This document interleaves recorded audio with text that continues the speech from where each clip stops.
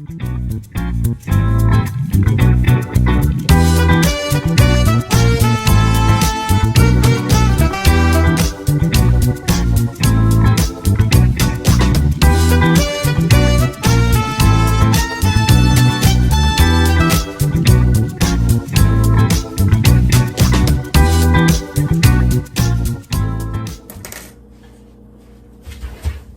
what up everybody, and welcome to my humble kitchen. This is the first episode of Cooking with Big Head, starring me, Big Head. Some people might call me a chef, and to you guys, your flattery is appreciated. But in reality, I'm just a home cook that like to get down in the kitchen. So please join me on this flavor journey. All right, guys. So the first thing that we're going to cook is going to be a boneless lamb loin roast. This is actually halal. I got this from Aldi's. It was about $15 for roughly nearly 2 pounds of meat, right? So it's not really the cheapest cut that you can buy, but it's definitely a good and flavorful cut, you know. So what we're gonna do with this, I like mine's medium rare, just like I like my steaks. It's a red meat. I don't know how you guys like yours. When you cook yours, you can cook it to your preference. But what we're going to do with this today is actually a technique that I've seen done before, but I've never tried it myself. It's called the Sous Vide method. Now, I don't have any fancy sous vide machine and vacuum seals and all that there. But you know what I do have is I have a Ziploc bag. This is not going to melt because when you sous vide for this, I'm not going to go over 130 degrees Fahrenheit, and you will need a large pot. I have this large steamer pot, which is going to be perfect for this. It can hold a lot of water, and you know, you probably don't want your meat to be at the bottom because the temperature might be different. And what you're going to do is you're going to fill this up. You're going to put your thermometer in. You're going to wait till it gets to 130 degrees. You're going to put it in the Ziploc bag. We're going to put some lemon in there. We're gonna put some rosemary in there, and we're gonna put some salt and pepper on the actual loin itself, so you don't have to over season this. Lamb tastes great on its own. All right, guys, when you're doing the sous vide method, you're gonna need a thermometer. I have a candy thermometer. You're gonna bring your temperature about 130. You're gonna have it on the low setting. And typically, depending on the cut of your meat, you know, if you have an inch thick piece of meat, or you know, you're gonna do it for about an hour at 130 degrees, and for every ½ inch above that, you're gonna add about an extra 30 minutes. So if you have a 1.5 inch piece of meat, it's gonna be 1 hour and 30 minutes in the sous vide. Okay, now the sous vide is not gonna bring in any color after we sous vide this loin. We're going to take it and we're going to brown to give it some color, lock in that flavor, but we'll go over that later. So as you can see, I have a big pot. This pot is actually for steaming vegetables. This insert here, this is for the lay your vegetables on. It's perfect for sous vide for what I need it for, because like I said, you don't want your meat to touch the bottom of the actual pan or pot that you're using, because the heat may be different. So you know, if you have something like this, put on a really low heat, probably the lowest you can get it, because like I said, you only get 130 degrees Fahrenheit. A big pot of water, and that should get you the desired results of a medium rare. Of course, you know, the more well done you like it, cook it for longer. All right, guys, we have our beautiful protein here. This is our lamb. It does have a strong smell. It's a gamey piece of meat. I put some olive oil on it because I find that olive oil helps me hold in my seasonings on this type of protein. And we're just being real simple here. We just salt and pepper. That's it. We're not go crazy. Put some salt and pepper on there, and flip it over. I don't want my hands to get a little dirty and such. Pull out the tongs. We'll flip that bad boy over one good time. We're gonna do it again. Salt and pepper.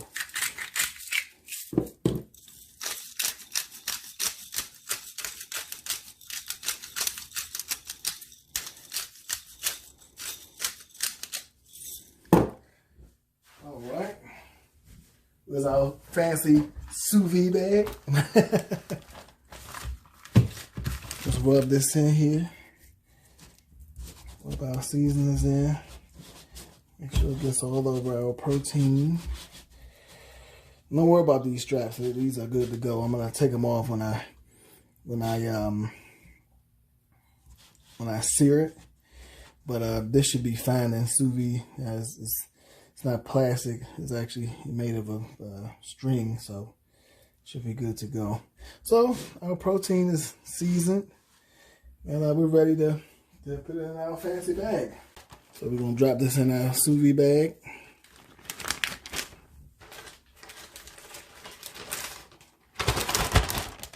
Perfect fit. Let's get this out the way. And to this sous vide bag, we're gonna add some rosemary, and we're gonna add a little hint of lemon juice. If I don't have any fresh lemon, I would add some zest, but you know, store blenders, and a little bit of lemon juice in there. All right, and we're gonna take our rosemary. Got this from Walmart. I'm just gonna add. Just add it in there just like that. And we're gonna put some garlic in this. We're gonna get some minced garlic, and we're gonna add that to the mix. I know, probably should have used fresh garlic, but hey, this worked just as fine. And put some of that in there. You can be as liberal with the garlic. I mean, you don't overpower it, but you see I put 2 good scoops in there, and 2 good teaspoons in there, and I don't think it's gonna do anything crazy. It's not gonna overpower the flavor. All right. And so you want all the air out, so I like to just roll it over. It smells great. Wow. I like to roll it over.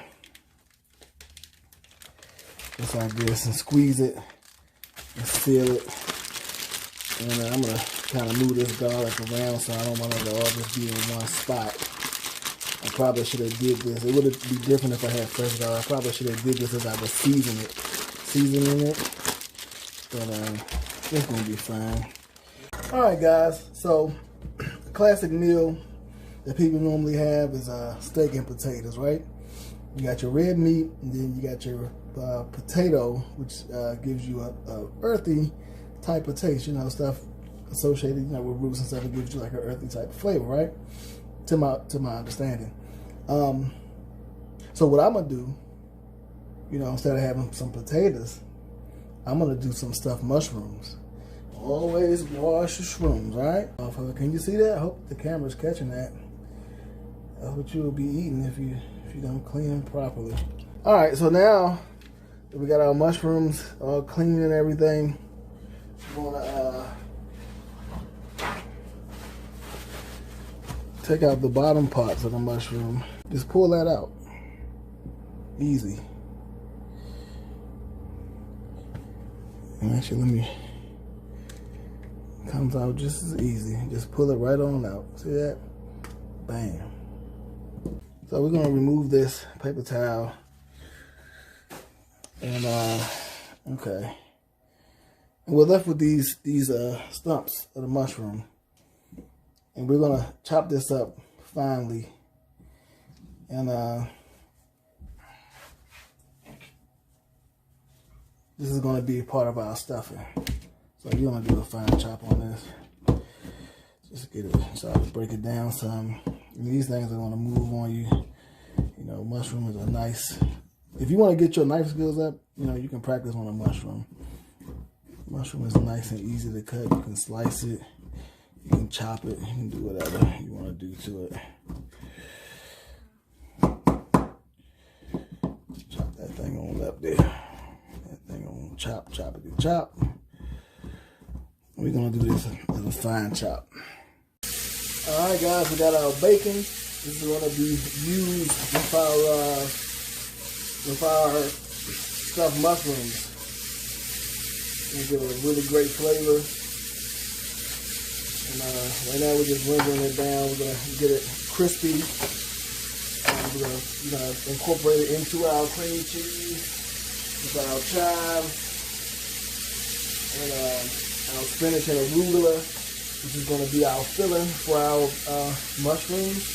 And we're gonna save some also to make a garnish on the top. Okay. I don't know if you guys can see this, but when I cut my bacon, I cut it into strips, but the strips are a tad bit big for what I want to do with them, which is to incorporate them into the filling that we're going to use for the stuffed mushrooms and to use as a garnish on top of them. But what you can do if you make this mistake, all is a loss, just cook them up until they become very crispy, and of course you can simply crumble them, you know, and they'll fit in perfectly.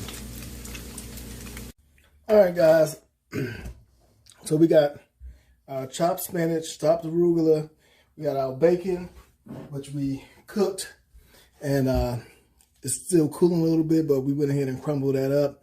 We cooked it until it was crispy. We have our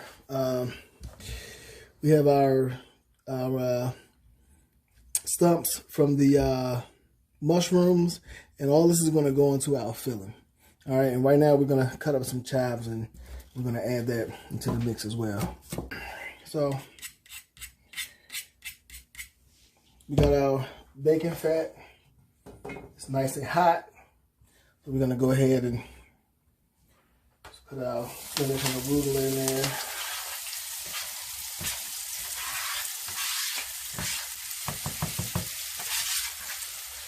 All right. And also we're going to go ahead and add our mushroom stalks into there.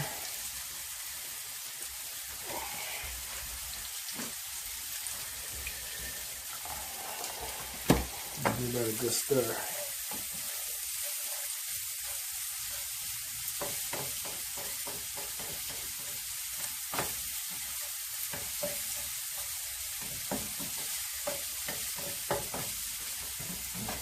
I'm not really going to season this up too much, just because I'm going to use some white cooking wine, and white cooking wine already has some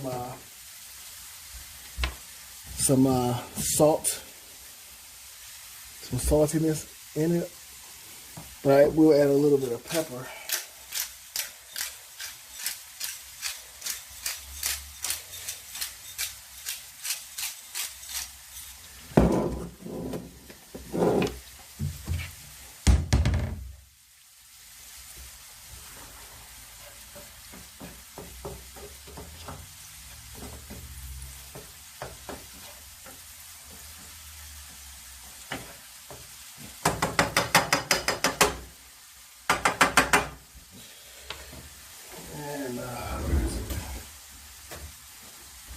Some white cooking wine. Just gonna add a little bit. You can eyeball this. Just a little bit. Like I said, you really don't need any salt at this stage because the cooking wine already has a salty, it's already seasoned, I should say. And then we have the bacon as well, which is also gonna bring some extra seasoning to your filling. So we're gonna just let this do its thing for a while.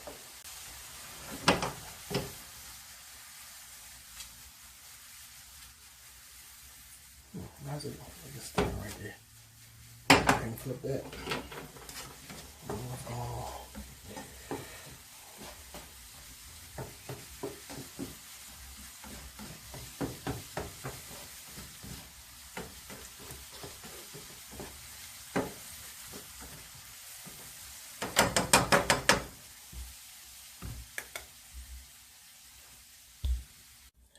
All right, guys, so we got some cream cheese, a little bit of sour cream.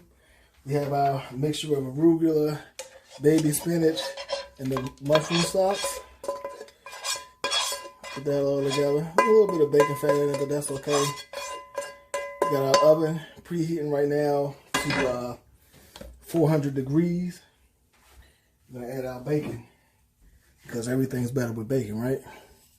Put our bacon in there. Like I said, you can save some of this. We're gonna use some of this for a garnish. Just a very little bit. I'll put a little bit of pepper in there. A little more pepper. Like I said, you know, we got the salt. And if you like a little heat, like I do, this is a great addition. This is a chipotle chili. You just need a little teeny bit. You don't need a lot at all. That up in there. And bam, that's it. Give you a little kick of heat. We're gonna mix this together. And I should let you know that if you're gonna use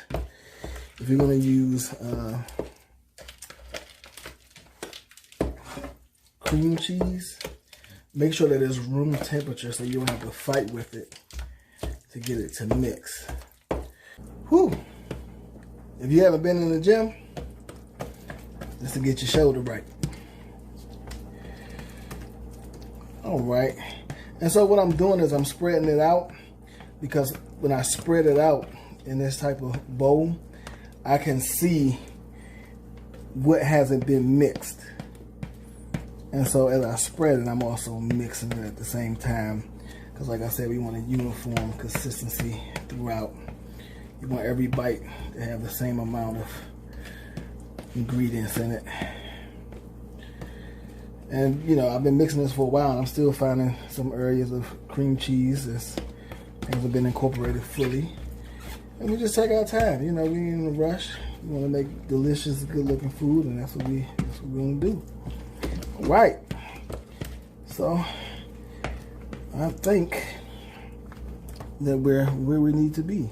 I don't see any more chunks of cream cheese anywhere, and we're good to go. All right, so we get a spoon. Got our mushroom caps, and like I said, these can be rather delicate sometimes, so just take your time and you know, stuff them. And that's a lot.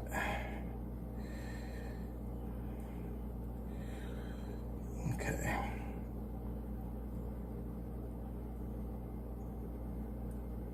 Got our shroom there.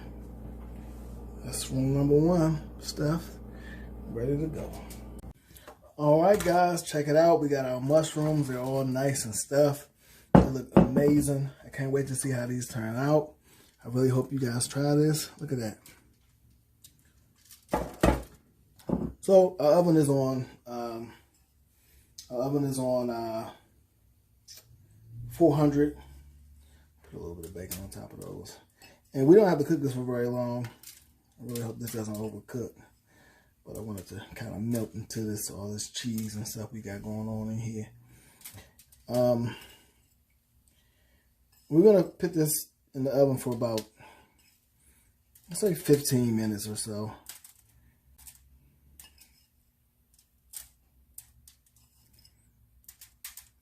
Got a little bacon on there, a little bacon friends.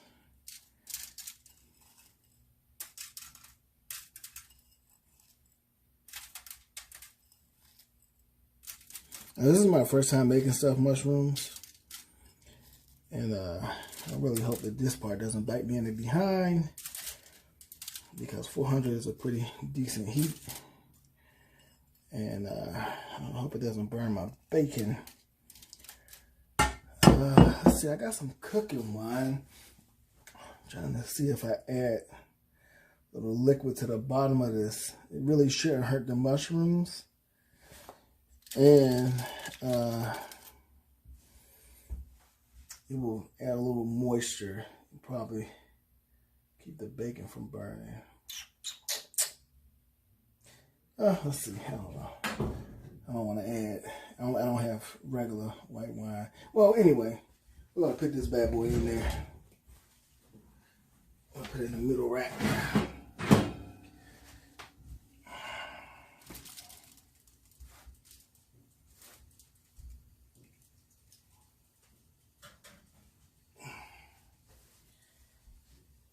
put this on for about 20 minutes. Be careful when you're putting this in there.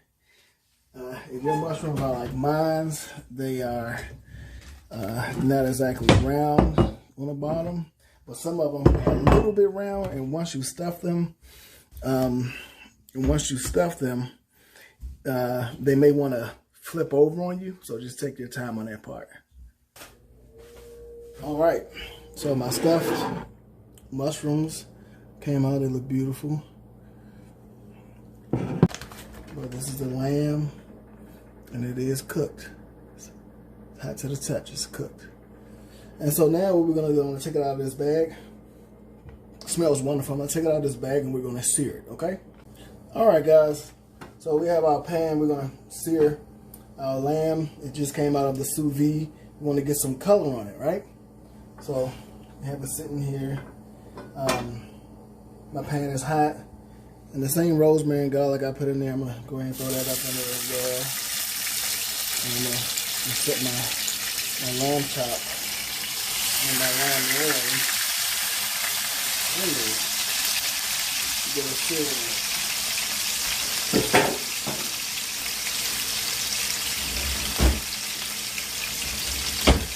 And this is medium. I like my lamb medium rare. You know, you can do your thing with your lamb. You know, the way you want yours.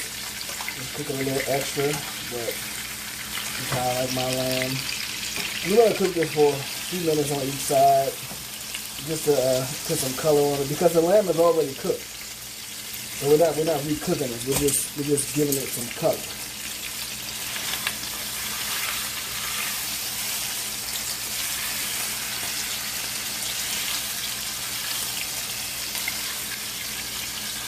It's done really nicely. I have this on a medium-high heat.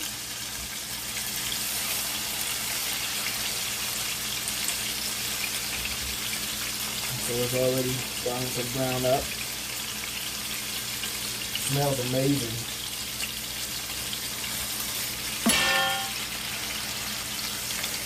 Oh, my baby coming apart on me. Don't come apart on me, my baby. It's fine. We're going to just roll them back up. We ain't going nowhere. We're going to roll them back up. Alright, guys. So we're going to crust this lamb. What we're going to do is we got some panko and some fried onions, right? French's onions, and we took some chives, some mint, okay, and some panko breadcrumbs. And I don't have a food processor. I actually did this in the blender. You're just gonna pulse it until it gets to the consistency that you like.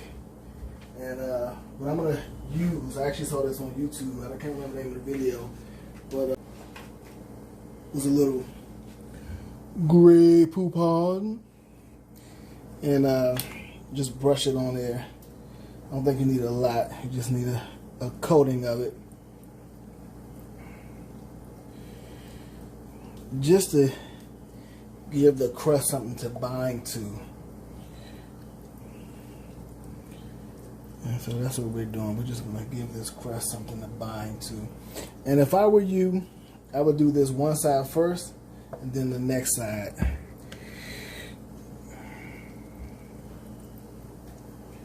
So this is going to be our first side. Let's spread our. I'm going to just set it on here.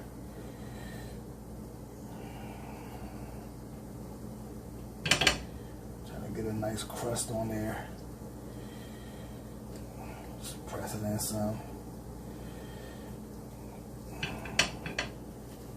Not too shabby.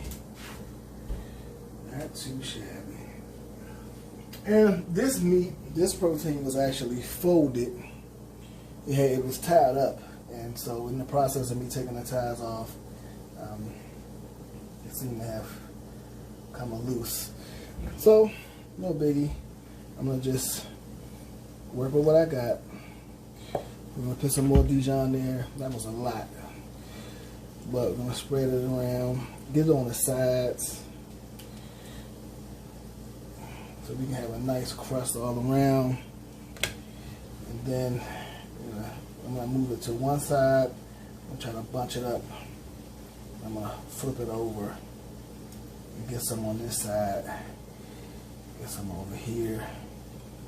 You know, on the side pieces.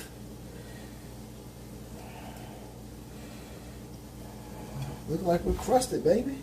All right, guys, so we're gonna make this elderberry sauce. My pots are non-stick. So what I did was, this is the pan that I seared the lamb in. And I just took a spoon, kind of moved the grease out of the way and tried to get everything that fell off of the lamb into the pot. That's where, you know, they say where all the flavor lives. So I tried to get some of that essence of flavor and put that into this pan with a little bit of grease, right? So we're gonna put our grease, we're gonna put our pan on, put it on about medium. Let it get a little warm. All right, pan's getting hot. We're gonna take and we're gonna add some of these blackberries. Let's just say eyeball it, maybe about a cup or so.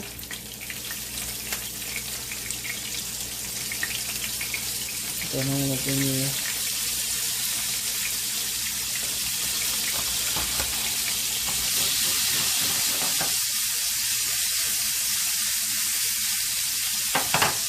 And to that, we have some beef stock.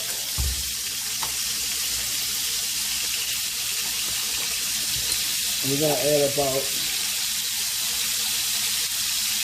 a half a cup of beef stock.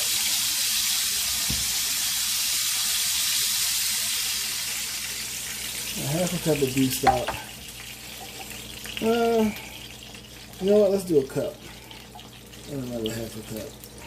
Well, let's add 3/4. A cup for that. All right. And then I have some red cooking wine.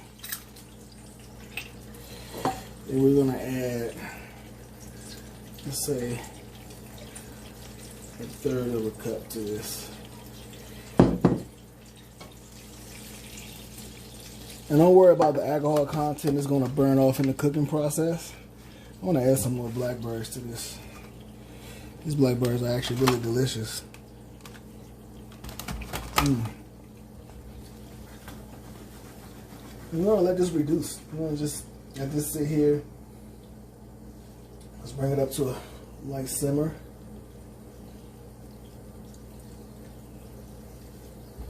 I want it to reduce by about half because I want this to thicken up some.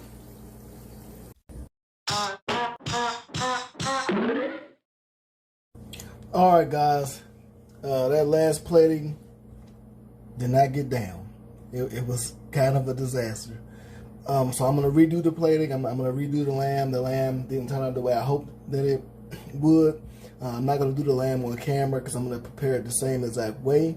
The only difference is I'm going to roll this piece of lamb up. Let me show you the lamb that I have. The first piece of lamb that I had was also loin, but it was already rolled and wrapped. This one is a little bit smaller, so for the plating I want to do, I'm gonna prepare it the same, but I'm going to present it differently, and you guys will see that later. All right, so let's get down.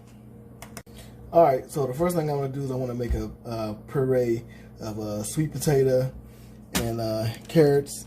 And what I'm going to do is I'm going to cut up 2 small sweet potatoes. I'm going to do about a cup of carrots. I have some baby carrots here. They're already peeled and everything. I'm going to do a couple of those. I'll probably do about 2.5 cups of almond milk, unsweetened. I'm going to add some allspice to that and some honey. Okay? And that's going to be our puree that we're going to put on our plate. All right, guys. We have our sweet potatoes. We have our carrots. We have about 2.5 cups of almond milk. They're on our pot.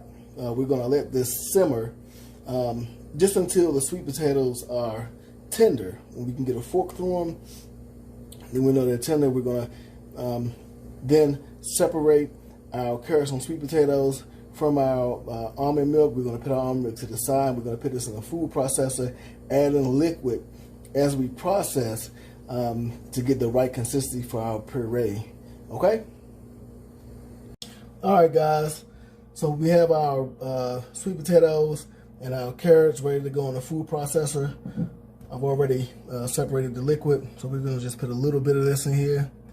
And I'll just go a little bit at a time. All right. We're going to just process it.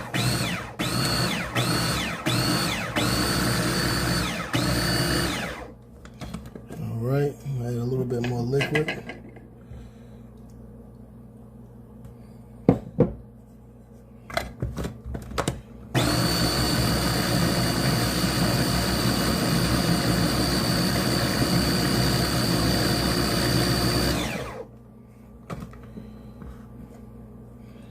It's almost where we need it to be.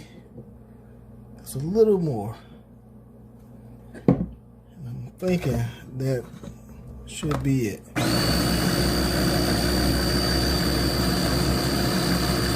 sure we get everything nice and pureed.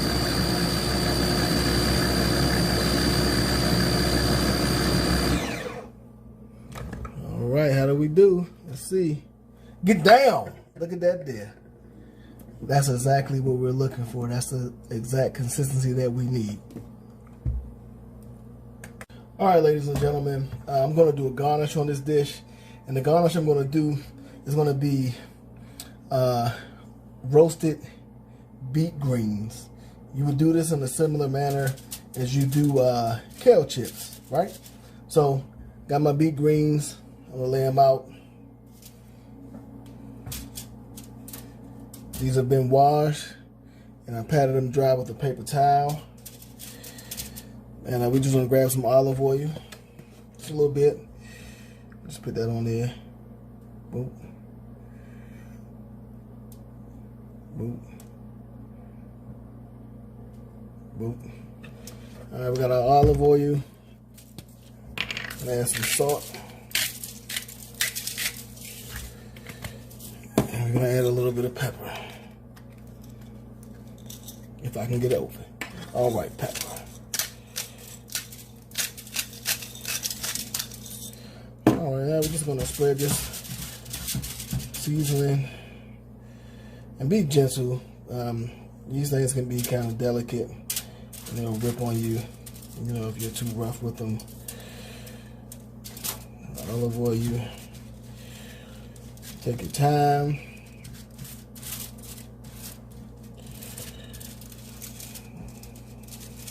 Right, and just get that on there, all over it, all over the leaf, on the stem. And I have my oven preheated to about 350. This one has extra olive oil on it.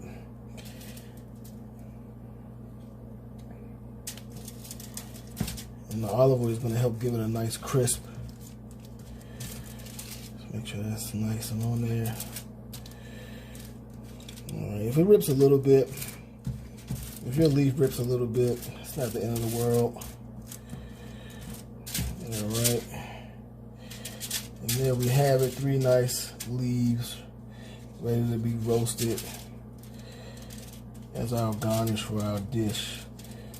And like I said, these are going to crisp up, so, you know, some of my leaves did rip a little bit. But they're going to be crispy anyhow, so it's not really going to make much of a difference. All right, we're going to pop this in the oven for about 15 to 20 minutes until they crisp up. Just keep an eye on it, okay, so they won't burn. Hey guys, sorry for the weird transition. I'm still new to the editing software, but I hope you enjoyed the show. So until next time, get down in the kitchen.